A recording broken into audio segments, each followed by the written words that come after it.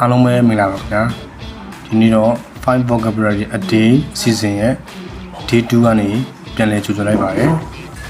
day 2မှာတော့ပြန်လည်ချိန်မှာနေတဲ့ရင်းနှီးသတ္တဝါ၅လုံးအကြောင်းကိုဆရာနဲ့အတူတူလေ့လာကြရအောင်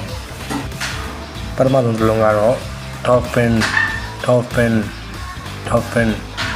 dolphin ဆိုတာအသိဉာဏ်လုံးကောင်းတဲ့လေးမိုင်တွေကိုခေါ်တာပါဗျာသူတို့ကရေထဲမှာနေပေမဲ့ငါးမျိုးစားမဟုတ်ပဲနဲ့လူတိုက်သတ္တဝါတွေဖြစ်ကြပါတယ်ဒုတိယစာလုံးကတော့ whale whale ဆိုတာကတော့ပင်လယ်သမုဒ္ဒရာမှာရှိတဲ့အကြီးဆုံးသတ္တဝါဝေလငါးကိုခေါ်တာပါဗျာတတိယစာလုံးကတော့ shark ပါ shark ဆိုတာကပင်လယ်ပြင်ရဲ့မုတ်ဆိုးကြီးလို့ခေါ်တဲ့အရန်ကိုကြောက်စရာကောင်းတဲ့ငမန်းကိုခေါ်တာပါဗျာနောက်ထပ်တစ်လုံးကတော့ octopus ပါ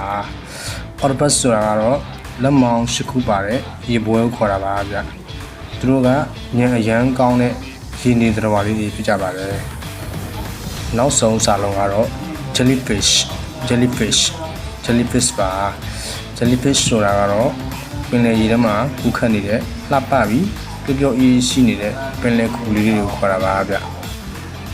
ခုဆိုရင်ဆရာတို့ပင်လယ်နေသတ္တဝါ၅လုံးအကြောင်းကိုလေ့လာခဲ့ပြီးဖြစ်ပါတယ်